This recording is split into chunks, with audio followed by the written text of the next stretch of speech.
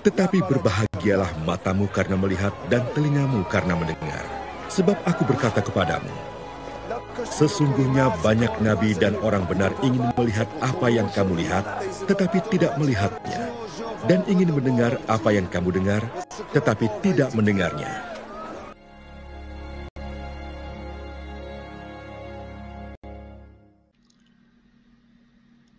Saudara-saudari yang terkasih dalam Tuhan kita Yesus Kristus.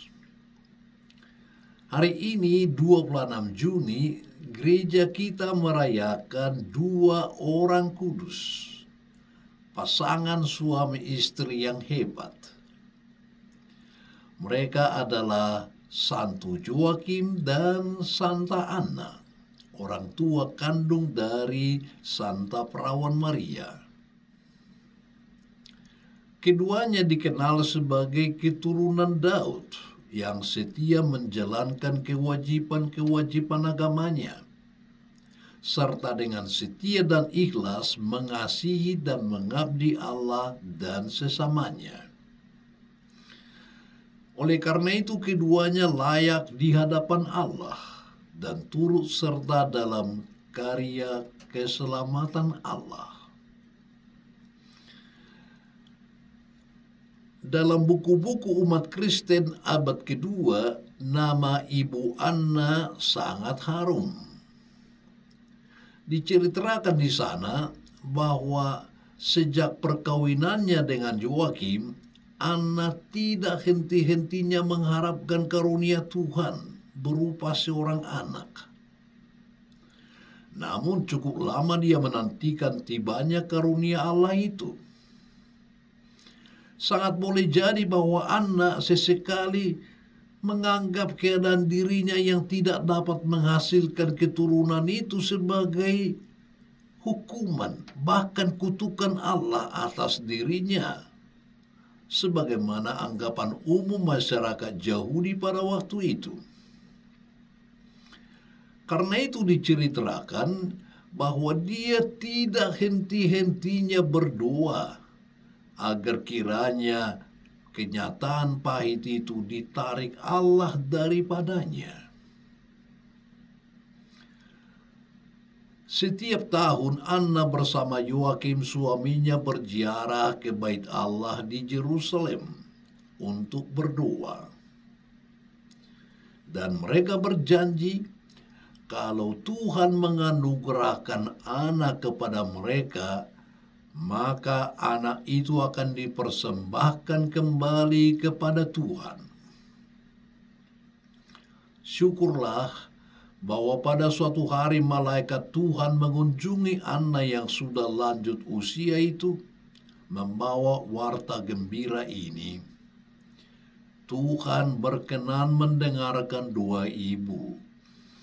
Ibu akan melahirkan seorang anak perempuan yang akan membawa sukacita besar bagi seluruh dunia. Dengan kegembiraan dan kebahagiaan yang besar, Anna menceritakan warta malaikat itu kepada Joakim. Setelah genap waktunya, lahirlah seorang anak perempuan yang manis. Bayi ini disebut dengan nama Maria, yang kelak akan memperkandungkan putra Allah, Yesus Kristus, Juru Selamat dunia. Bagi Anna, Maria lebih merupakan buah rahmat Allah daripada buah kodrat manusia. Kelahiran Maria menyemarakkan, bahkan menyucikan kehidupannya dan kehidupan keluarganya. Saudara-saudari yang dikasihi Tuhan, kehidupan Anna tidak diceritakan di dalam Injil. Kisah tentang hidupnya diperoleh dari sebuah cerita apokrif. Dikisahkan di sana bahwa ibu Anna merawat Maria kecil dengan penuh kasih sayang selama beberapa tahun. Dan kemudian Joakim dan Anna mempersembahkan putrinya itu kepada Tuhan seperti yang telah dijanjikannya. Kemudian Maria tinggal di bait Allah di Yerusalem. Joakim dan Anna melanjutkan kehidupan mereka dengan berdoa hingga tiba saatnya Tuhan memanggil mereka pulang ke rumah Bapa di surga. Ibu Anna dihormati sebagai pelindung kaum ibu, khususnya yang sedang hamil dan sibuk mengurus keluarganya. Orang-orang Yunani mendirikan sebuah basilik khusus di Konstantinopel pada tahun 550 untuk menghormati Ibu Anna. Dan di kalangan gereja barat, Paus Gregorius ke-13 menggalakkan penghormatan kepada Ibu Anna di seluruh gereja pada tahun 1584. Nama Joakim dan Anna sungguh sesuai dengan maksud pilihan Allah. Joakim berarti persiapan bagi Allah, sedangkan Anna berarti rahmat atau karunia. Saudara-saudari yang dikasihi Tuhan, Allah mempersiapkan kelahiran Yesus di dunia melalui orang-orang yang patut dipuji karena kesalehan dan iman mereka.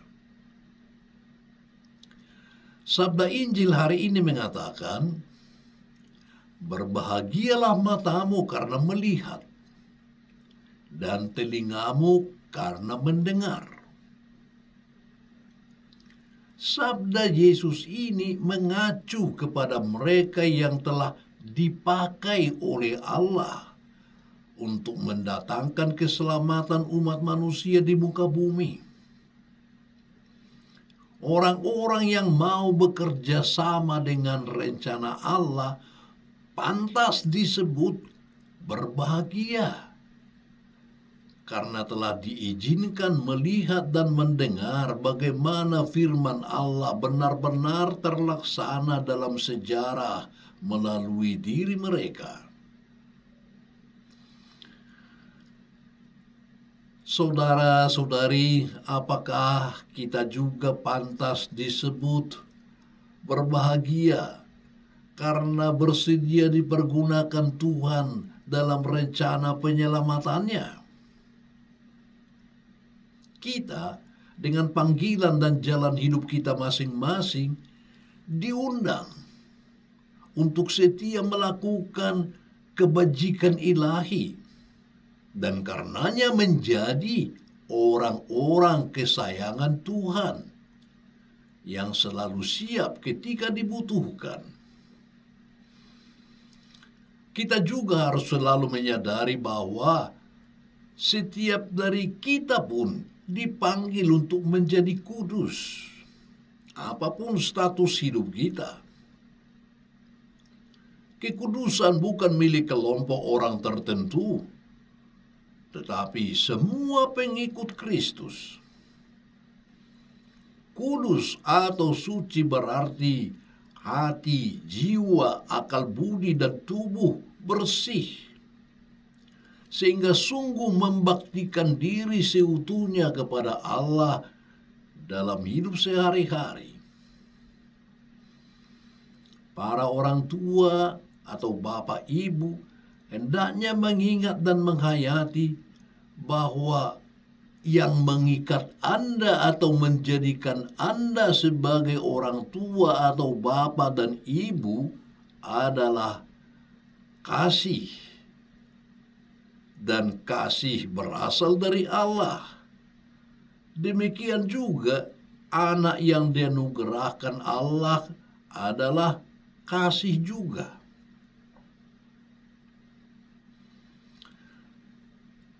Di zaman now, tentu sering kita dengar keluarga muda yang baru saja menikah, lalu sudah bercerai.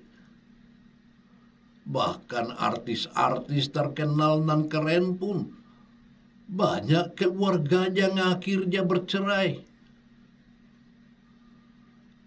Memang bagaimana sih gambaran keluarga yang keren dan kekinian itu?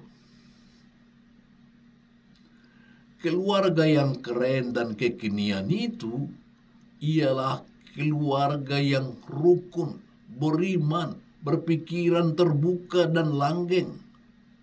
Hasil dari pendewasaan dan persiapan diri yang matang sejak sebelum menikah.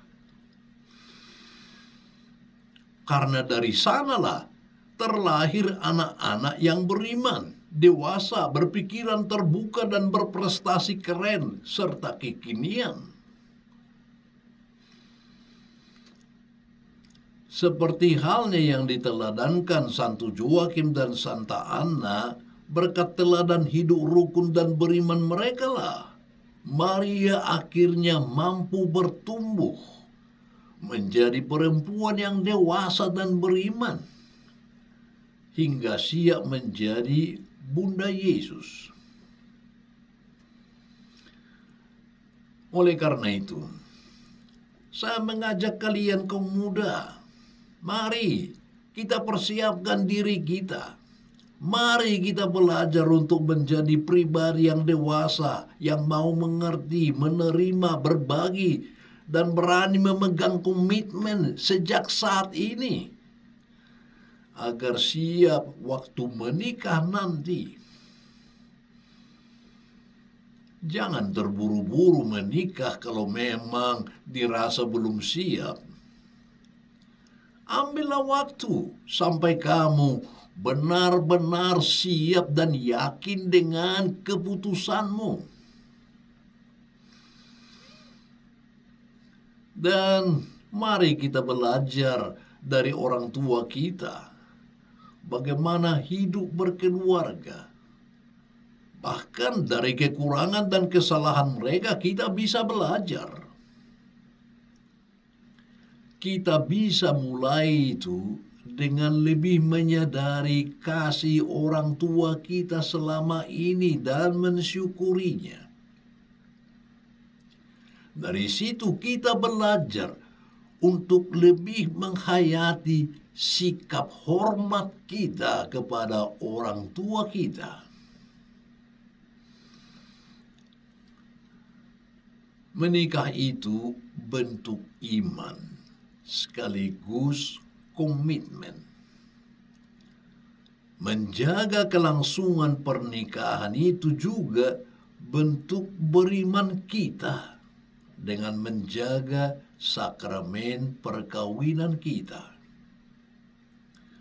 Dan itulah yang membuat kita menjadi garam dan terang di dalam tren perceraian yang akhir-akhir ini terjadi. Dan para kaum muda, luangkan waktumu mengobrol dengan orang tuamu. Coba tanya-tanya bagaimana ceritanya orang tua kalian bisa bertemu dan akhirnya menikah. Suka dukanya berkeluarga, sampai bagaimana repotnya mereka merawatmu sejak bayi sampai sekarang. Kalau kamu punya masalah dengan orang tuamu, kamu bisa pakai waktu-waktu ini untuk saling bermaaf-maafan. Dari sini, mari buat gambaran apa yang kira-kira perlu disiapkan agar kamu mampu menjadi ayah ibu yang baik bagi keluarga dan anak-anak kita di masa depan. God bless you.